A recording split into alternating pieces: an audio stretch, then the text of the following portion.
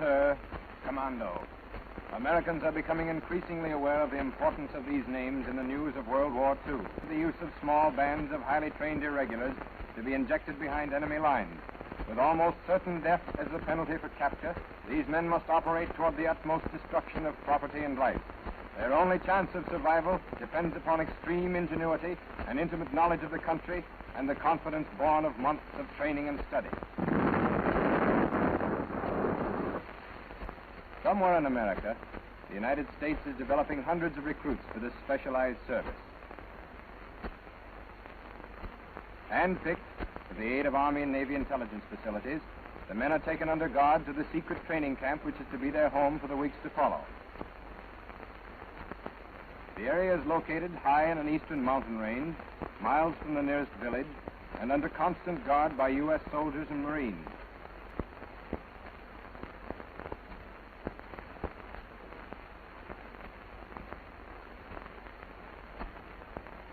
This isolated, heavily wooded terrain offers an excellent proving ground for the student of guerrilla tactics.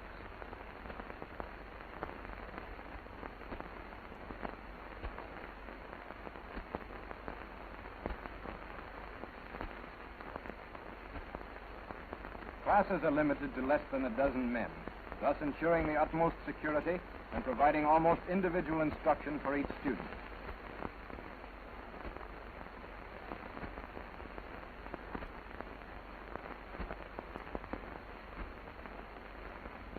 From the moment of their induction, the identities of the recruits remain a carefully guarded secret, which explains the use of masks in this film. From whence they came, or for what perilous mission they're being prepared, is the concern of nobody at camp. In this group, there are some who speak very little English. One of them has fought in 4 wars. 2 of them are veteran guerrillas from the Spanish loyalist forces. Several have seen their relatives and friends die at the hands of the enemy. But all of them have this in common. They burn with a desire for vengeance, and they mean to deal it out as it was given, at close quarters with no holds barred. After the senior instructor has delivered a short induction speech, he presents each man with an identification badge bearing a first name only. From this point onward, the students are known by officers and fellow recruits merely as Student Jack or Student Fred, or whatever name has been assigned them. They will be confined at all times to the camp area, and when they finally leave, it will be to proceed immediately and incommunicado to the conveyance that takes them to the scene of action.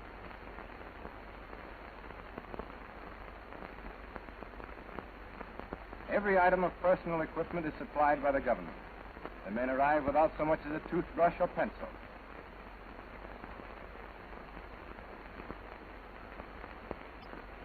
During this training period, emphasis is put on close association among members of the same student group.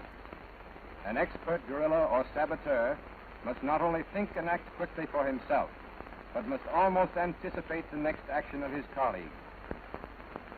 Individual quarters are hidden in the woods, and the students are taught to live in seclusion, in conditions simulating those they may encounter as guerrillas behind enemy lines. This outdoor trainasium was carefully constructed to develop muscles most used in individual close combat. In fact, the first principle of commando or guerrilla training evolves from the theory that the best defense is a good offense. Hit first and talk afterwards. In short, get tough.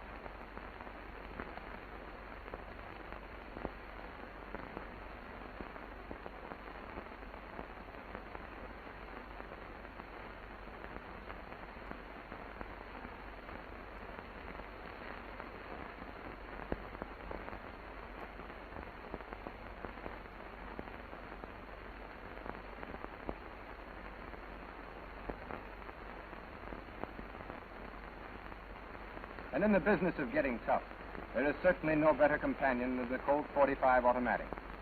During his instruction period, the student is taught an entirely new system of pistol technique, especially adapted for fast offensive action. An essential feature of this system is quick loading. The pistol is held in the right hand with palm upward. Magazine is inserted with left hand. After insertion, always give it an extra push to drive it home, and then be sure magazine is engaged by testing with forefinger of left hand. To cock the gun, turn over so that palm faces downward. Grasp the slide firmly with the left hand. Push forward with the right, and then let go with the left, allowing the slide to spring back into position. The weapon is now loaded, ready for action. To unload, turn over. Press the magazine release catch with thumb of left hand, drawing the magazine out into the palm. After unloading, always check the gun several times, working the slide back and forth and releasing the trigger with the barrel pointed into the ground.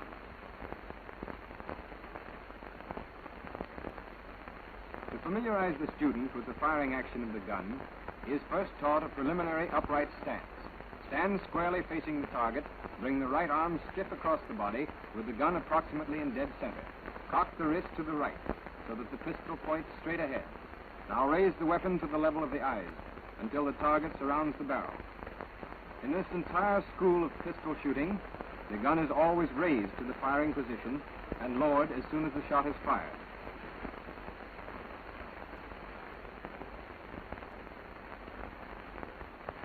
The actual offensive firing stance is assumed in this manner. Left foot forward, both knees bent, with the weight always forward on the toes. Keep elbow and wrist locked, pistol parallel with the ground, and as close to the center of the body as possible.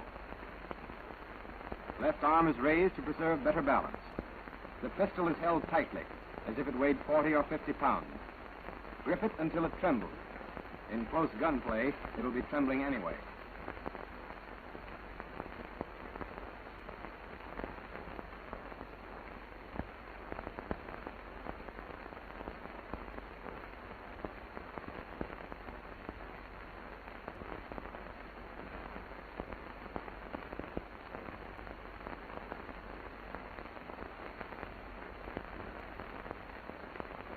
At the target, the recruit assumes the preliminary upright position to make him at ease with the gun action.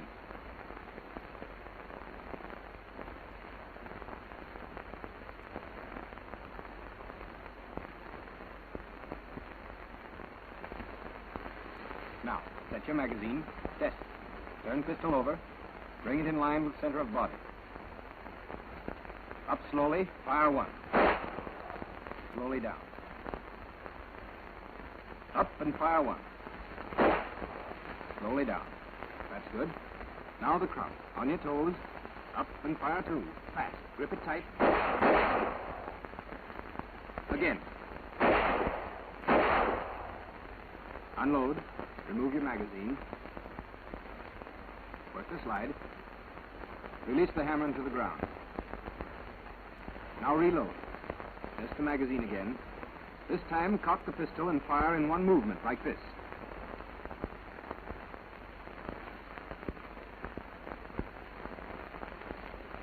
Go.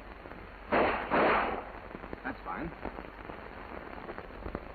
Once more. Fire. Once again. Fire.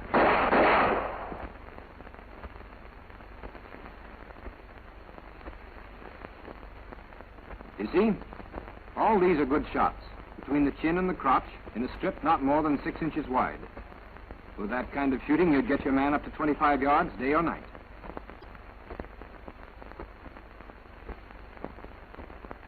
All right, everybody up to the target.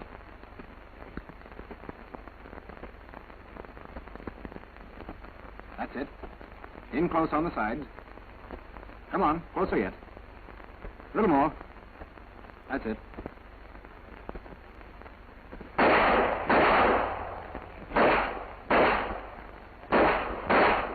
What a difference it makes, doesn't it? It's one thing to fire at a target that can't shoot back, and it's another thing to hear those bullets whizzing by your ears. The average person is thrown off balance. And thus ends the first lesson in offensive pistol shooting. During their time off duty, students will spend many hours before these mirrors, checking and rechecking their positions. In the field, they'll be expected to get there first with the most lead, and their lives will depend upon their ability to do so.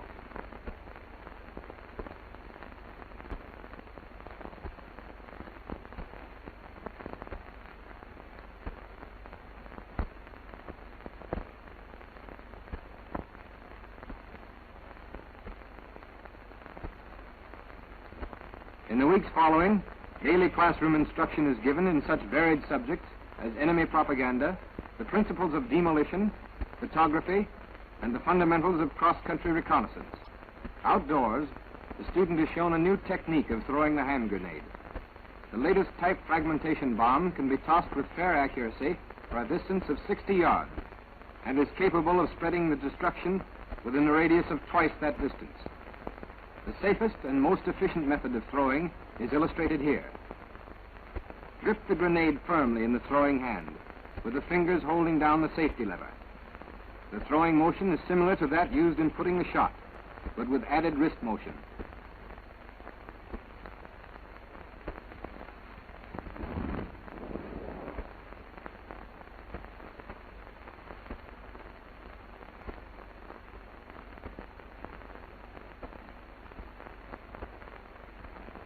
The target in this case is about 70 yards away.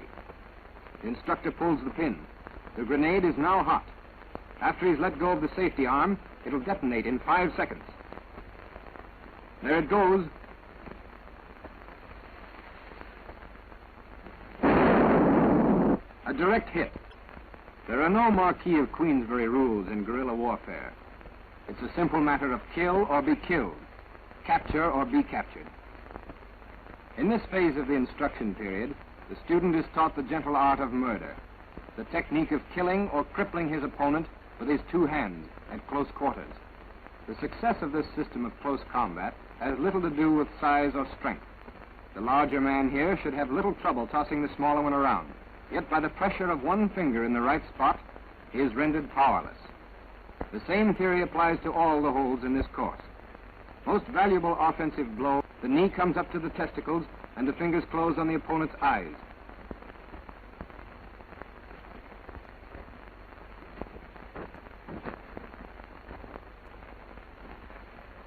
Another excellent weapon is the edge of the hand. Keep the fingers tight together, thumb erect. The blow is a sharp slash with follow-through.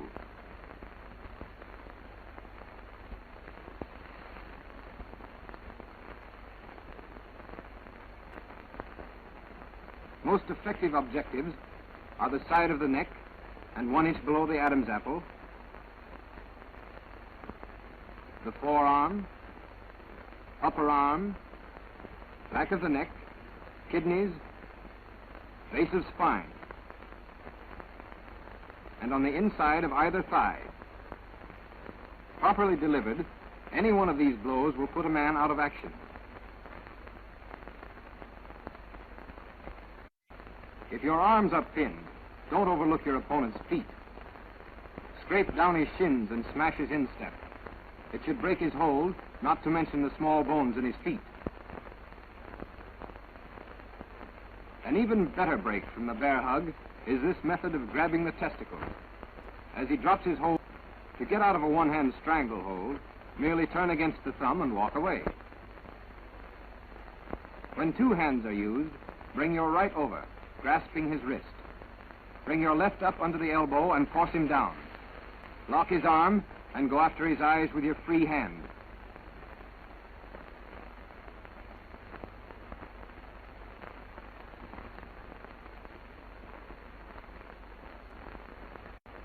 To break a bear hug from the front, place 1 hand in the small of your opponent's back, jab to his chin with the other. Always remember to concentrate on the eyes. This is very apt to produce astigmatism. Another break from the rear bear hug. Grasp the small finger of his top hand, twist it back in this fashion, and walk away.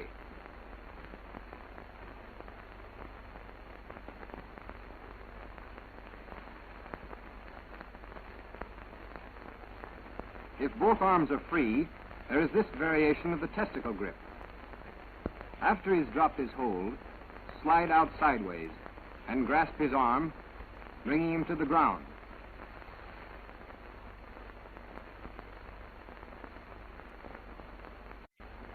If your adversary holds you up from the rear, turn away from the gun, falling into him. Pin his gun arm and lock it with your left, at the same time jabbing to his chin and eyes and bringing the knee up to his testicles. As he falls, go with him, keeping your knee in his groin. To disarm from the front, bring the left hand quickly across his shooting hand, grasp the pistol, and deflect it toward him. Bring the right down and twist his wrist back, breaking it if possible. Follow through as usual, using the knee to complete the job.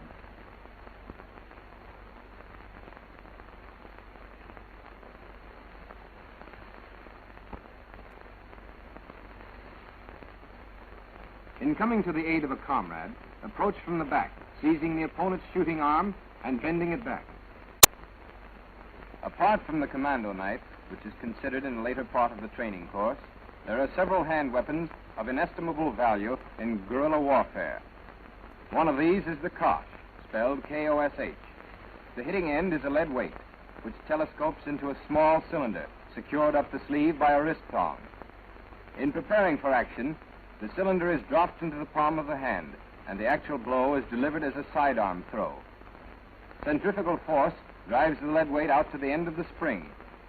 A properly delivered blow to the side of the head will cause a skull fracture and possibly death.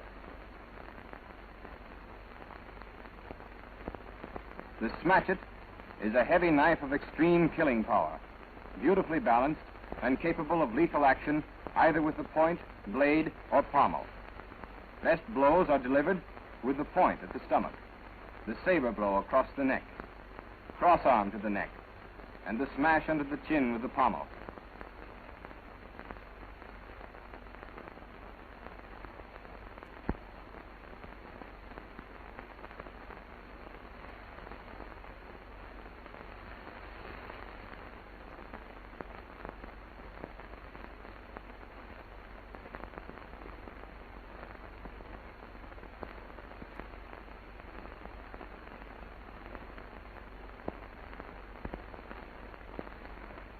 The Derringer, a tiny single-shot pistol which can be concealed in the palm of the hand or up the sleeve, may be the difference between life and death in an emergency. Most methods of disarming are equally applicable to all types of sidearms, but the following are believed to be better adapted to use against the revolver. Here's the simplest defense of all, a quick blow with the edge of the hand across the wrist, possibly breaking it.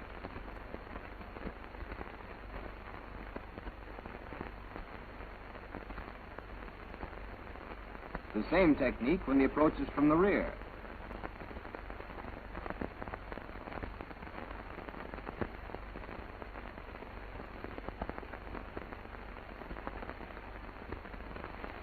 Another disarm from the front. Seize the wrist in one hand, and with the other twist the pistol against your opponent's fingers.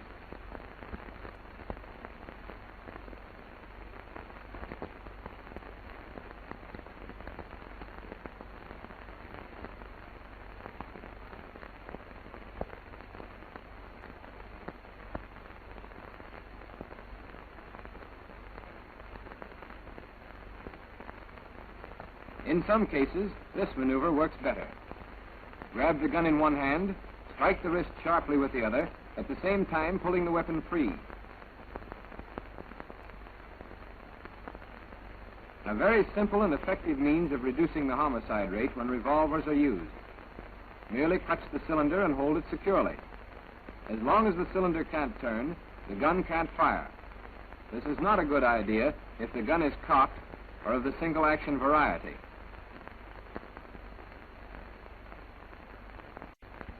Here is an easy way to handle the character who enjoys using the stiff arm.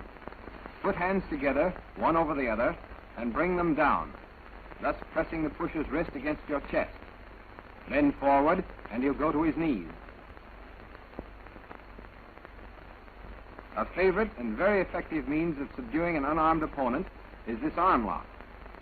Bend his elbow with the right arm, and allow your left to slip inside against his back. Move forward, thus locking the hold. Your right hand is now free to apply further pressure on his trapped hand or to aid in tying him up.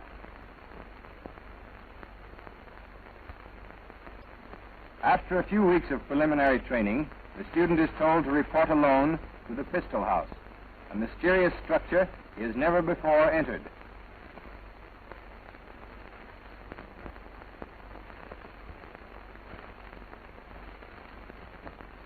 In the anteroom, the instructor gives him his problem.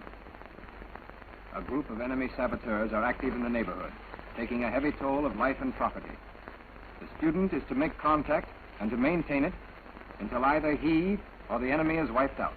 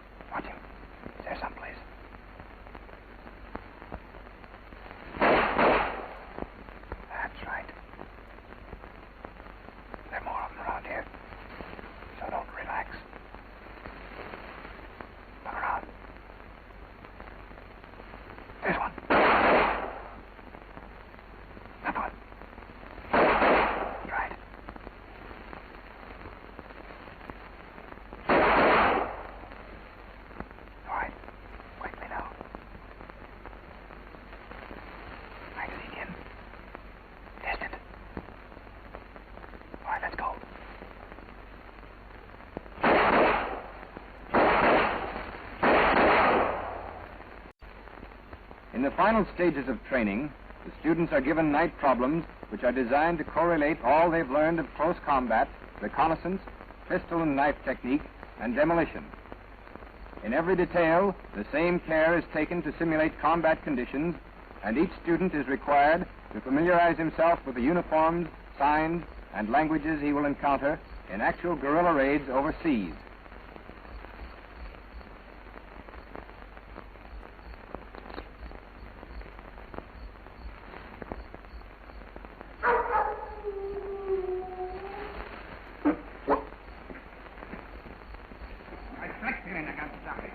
Ausräumen, es kommen 500 Gefangene hier heute Nacht nicht her. Die Leute müssen unbedingt untergebracht werden, verstehen Sie? Warum? Aber es heißt warum, Mensch? Die Leute müssen untergebracht werden, da sind Engländer wieder gekommen. Ich sage, wir sind unheimlich gefangen.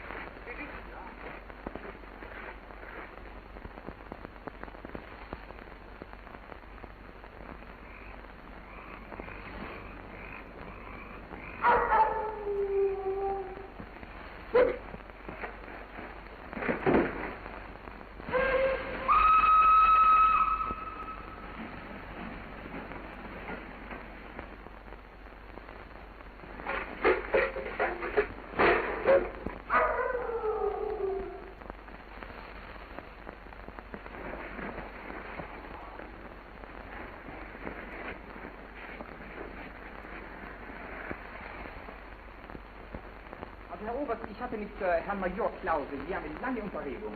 Und wir kommen uns ganz überein, dass der Feind hier entweder Saboteure oder Kommandotruppen gelandet hat. Nicht wahr, Herr Major? Jawohl. Gut, nun. Also, Herr Oberst, wenn Sie mal hierher sehen, die Küste, nicht wahr? Die Küste hier bietet ausgezeichnete Gelegenheit, ganz nahe an unsere Gegend heranzukommen. Also Fallschirme gibt es überhaupt nicht.